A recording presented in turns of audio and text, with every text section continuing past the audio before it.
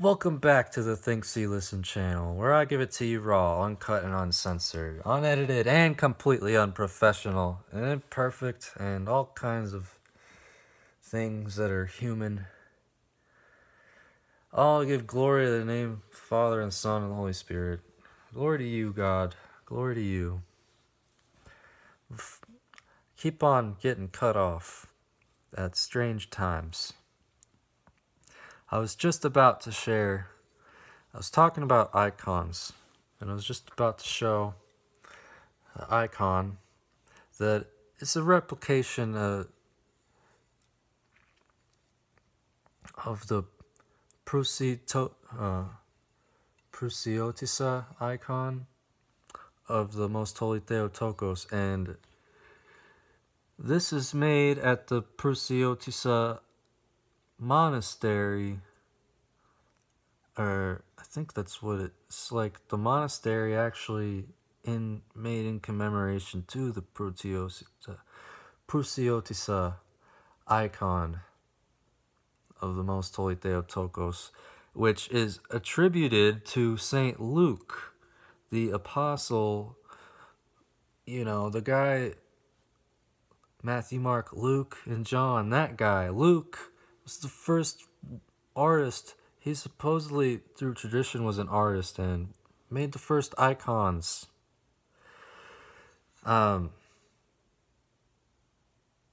Very cool story behind the Prusiotissa icon of the Mother of Christ.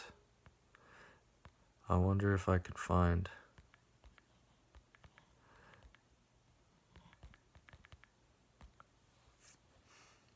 Yeah, I found it.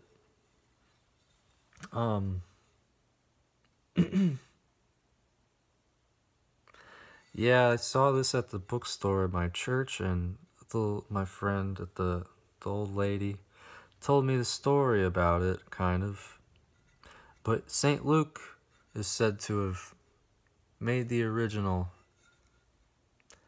You know what? Here, let's see, how can I don't want it to fall. I'll read the,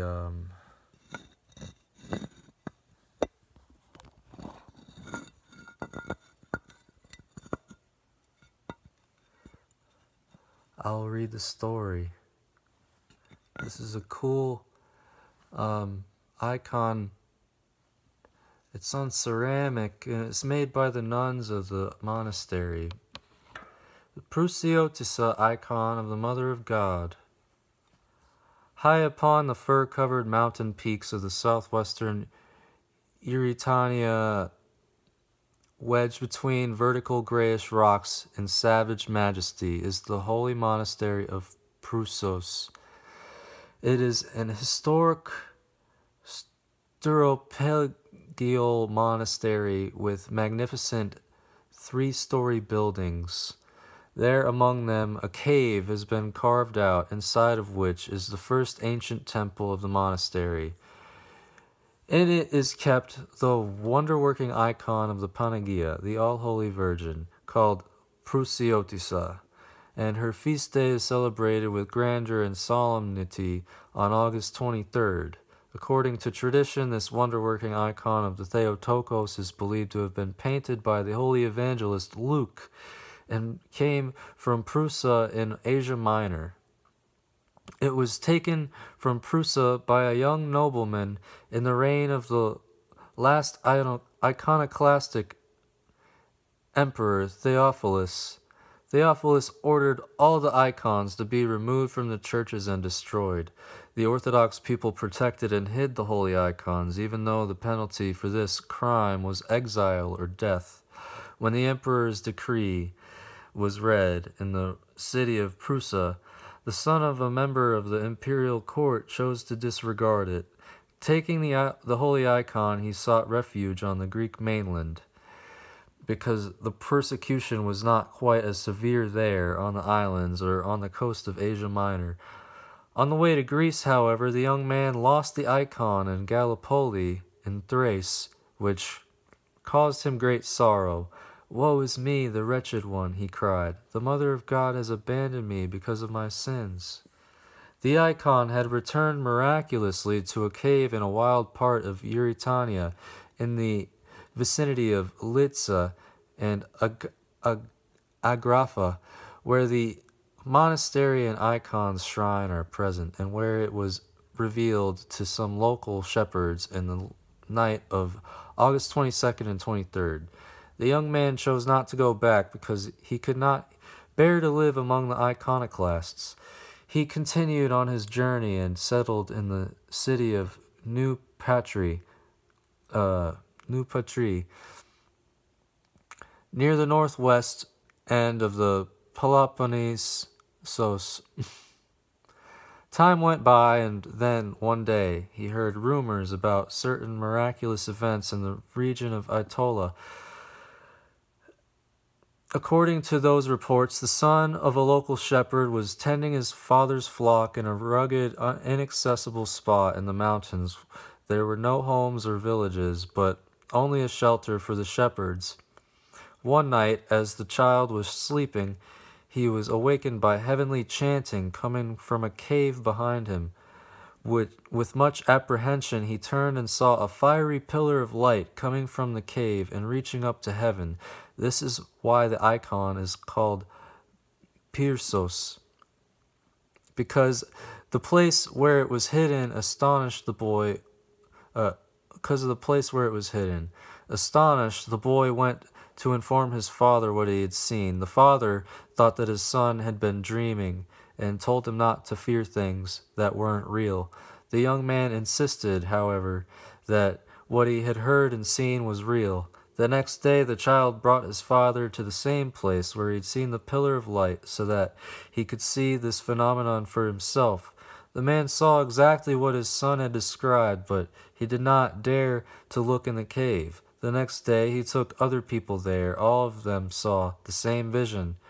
After searching the area, they discovered the holy icon in the cave, radiant and luminous. Filled with joy, they venerated the icon and decided to keep it there. The discovery of the holy icon was the first miracle of the Panagia Prusiotisa.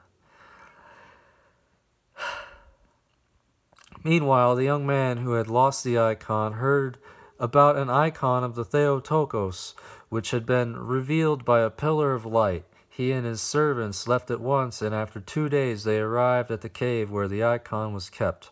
The moment he saw the icon, he knew it was the same one he had lost. After venerating the icon, he gave gifts to the shepherd and started back to New Patri with it. The shepherd's joy turned to sorrow when they realized they were being deprived of the icon. He knew it was the same one he had lost. After venerating the icon,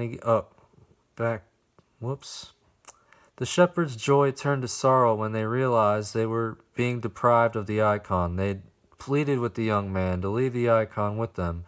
He told them that the icon belonged to him and that he had given them rich gifts to compensate them for their loss. Furthermore, he said that the mountain was not a good place to build a church or to accommodate pilgrims. Then he took the icon and left. When he and his companion were tired and had to rest, they stopped at a certain place. They fell asleep, and when they woke up, they couldn't find the icon, assuming that the shepherds had stolen it. While they were sleeping, they retraced their steps. When they came to a narrow spot near the river, the young man heard a voice saying, "O young man, be saved. Go in peace and do not labor any more. It pleases me to remain here with the shepherds and peasants, but not to be in the cities with people who preach heresy. If you wish to remain with me, then come to the place where you found me. This will be for your benefit." Only the young man was able to hear the voice. In obedience to the Mother of God, he freed his servants, gave away all of his possessions, and went back to the cave where he had found the icon, accompanied by one of his servants, who decided to remain with him. He was convinced that it was the will of the Panagia that she should remain there. The young man built a chapel in the cave for the icon. He and his servant both received the monastic tonsure from hieromonk Raphael, who came from the hermitage of Saint Demetrios. He was tonsured with the name Demetrios, and his servant received the name Timothy. Later, he built a cell opposite the chapel in a quiet place, where they repented for their sins. Father Demetrios reposed there in peace, after living a God-pleasing life. His disciple Timothy buried his body in the church he had built, and his blessed soul flew to heaven. This was the beginning of the monastery of the Most Holy Theotokos of Prusiotissa. The icon of the All-Holy Virgin is of the Hodagritria type and has a gilded silver plate metal cover. The gift of General George Kariskakis, who was housed in the monastery during the Revolution of 1821. The metal cover was made by the goldsmith George Karanikas in 1824, as is shown by the embossed inscription above the right shoulder of the Mother of God, the Pantanasa, through the generosity of George Kariaskas, made by the hand of George Karanikas, 1824. The monastery's records show that it had been devastated many times during the Turkish occupation. The last act of vandalism by the Germans in 1944 reduced the building into piles of rubble. After the buildings fell, an officer wanted to burn down the church. He tried to do so many times, but to no avail. While he was standing outside and giving orders, he was punished by the Panagia as an example to others. An invisible force threw him violently into the pavement. The impact was very powerful, and the German was unable to get up. The soldiers lifted him and placed him upon an animal in order to carry him to Agrinio. Thus the temple remained unharmed, just as it has been preserved intact through the centuries. 4 years passed, and a civil war was raging in the Greek countryside. The inhabitants of Eurytania and Nupaktos left their villages, seeking safety in other parts of Greece. They brought their wonder-working icon with them. She also shared the fate of her children and was carried by the monks of Prusos to the Acropolis of Napaktos. The monastery remains completely deserted. After a long time, the army's operations began. The 9th Division launched an attack to wipe out Eurytania. Some sections passed through Prusos. Some officers and soldiers approached the dark church of the cave and went in to pray. Instead, they beheld a strange sight. In front of the iconostasis, to the left of the beautiful gate, was a lit candle, and a nun was kneeling there. The soldiers were amazed. How could this nun be living there at a time when Eurytania was completely abandoned by its residents? How did she live? What did she eat? Where did she get her oil for the lamp? When they asked her, she replied modestly and with pain, "My children, I've been living here alone for 2.5 years. For my own life, I don't need food and bread. It is enough for me to have my lamp lit." The soldiers grew tired of this business and were in a hurry to leave, so they paid no attention to her words. But the next day, when they thought about it, they realized that this was a wondrous thing. Later, when they passed through Napaktos, they begged their commanding officer for permission to visit Metropolitan Christophoros of Napaktos and Eurytania. The hierarch welcomed them with love, and after hearing their story, he was able to shed some light on the mystery. "The temple that you visited," he told them, "belongs to now abandoned Prusiotissa monastery, whose wonder-working icon has been kept here for more than 2 years in the chapel of the metropolis at St. Dionysios. So go there and venerate it, and then you will understand it. They did go to venerate the icon, then suddenly everyone understood the mystery. In the icon of the Mother of God, they recognized the nun they had met in the chapel of the cave, high above Prusos.